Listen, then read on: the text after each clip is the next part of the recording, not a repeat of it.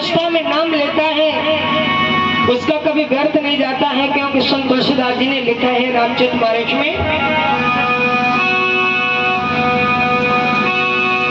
कि भाई को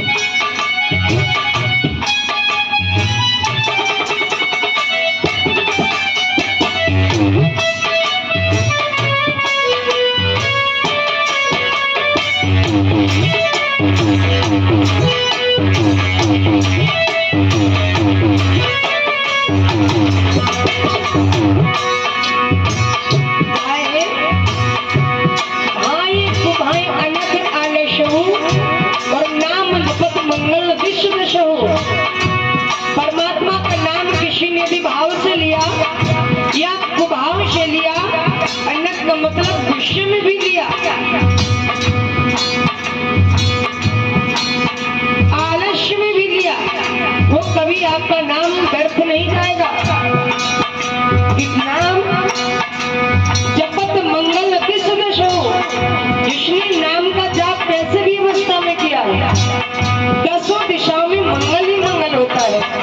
और भक्ति कलयुग में बड़ी सहजता से परमात्मा की मिल गई है, संतों ने देखा है।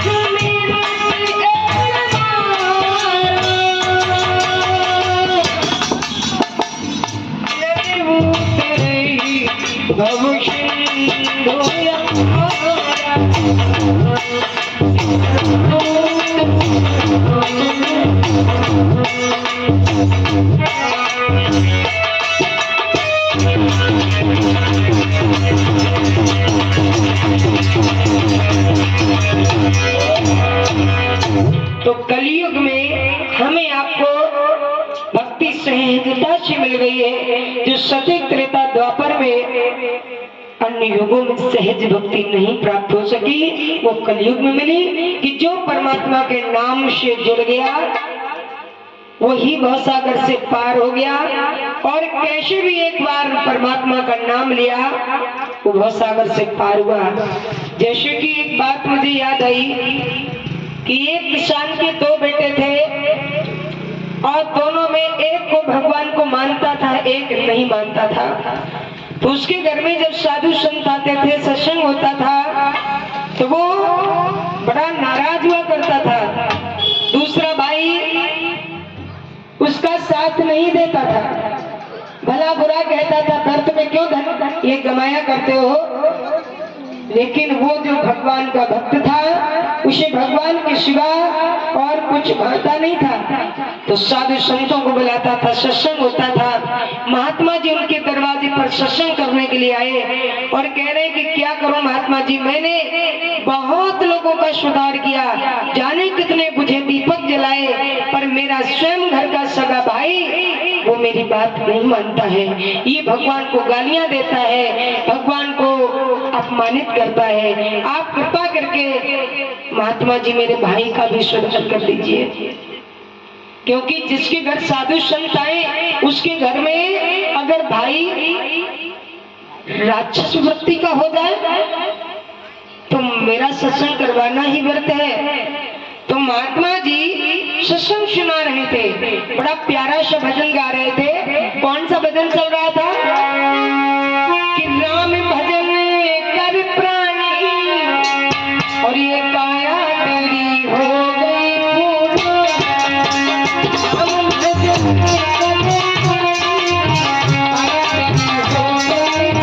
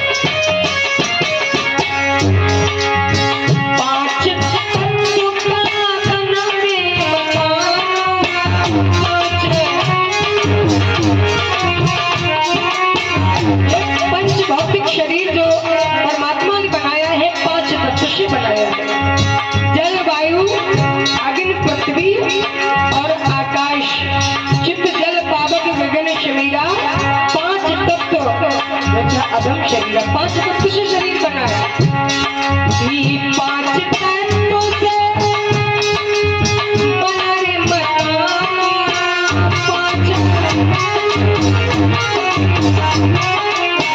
ऋषि में भरा है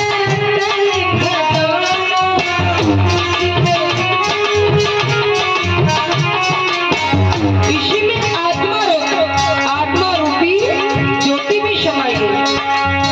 इसी में जो ये काया तेरी हो